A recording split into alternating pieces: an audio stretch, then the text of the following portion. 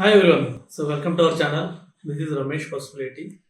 So ఒక investments గురించి మనకు వచ్చే టాక్సేషన్ గురించి మనం ఇంతకుముందు వీడియోస్లో మాట్లాడుకున్నాం.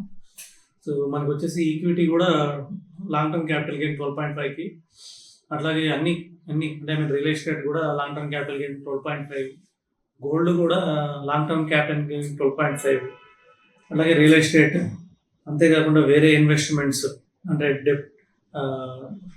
రియల్ ఎస్టేట్ ఈక్విటీ ఇన్వెస్ట్మెంట్, ఇవన్నీ కూడా మార్కెట్లో రాకముందు వచ్చే ఇన్వెస్ట్మెంట్స్ ఇవన్నీ కూడా 12.5% కిందకు వచ్చేసాయి.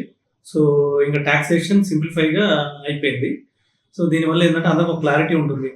సో ఈక్విటీ ఇన్వెస్ట్మెంట్స్ ఇవైతే 1 year లోపల సేల్ చేస్తే 20% కట్టాలి, 1 year తర్వాత అయితే 12.5% కట్టాలి ట్యాక్స్ వచ్చిన రిటర్న్ మీద. ఇంకోటి ఈక్విటీలో ఉన్న బెనిఫిట్ ఏంటంటే 1,25,000 వరకు ట్యాక్స్ ఫ్రీ ఉంది. అంటే మనకు వచ్చిన రిటర్న్లో కూడా 1.25 ట్యాక్స్ ఫ్రీ, 1,25,000.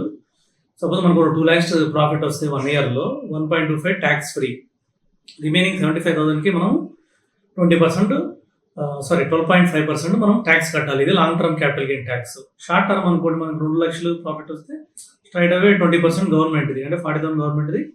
సో 1.6 lakhs మనది. అట్లాగే రియల్ ఎస్టేట్ వాటిలో చూస్తే 24 months పెట్టారు. 24 months లోపల అయితే దానికి 20% గవర్నమెంట్ ట్యాక్స్ కట్టాలి. అదే 24 months తర్వాత అనుకోండి, దానికి 12.5% ట్యాక్స్ కడితే సరిపోతుంది. సో ఈ విధంగా ఇంత ముందున్న ఇండెక్సేషన్ కాన్సెప్ట్ కూడా తీసేశారు. సో టాక్సేషన్ని టోటల్గా చెప్పాలంటే సింప్లిఫై చేశారని చెప్పుకోవచ్చు. సో ఈ విధంగా మిగతా డీటెయిల్స్ కూడా నేను కమింగ్ వీడియోస్లో మీకు ఎక్స్ప్లెయిన్ చేస్తాను.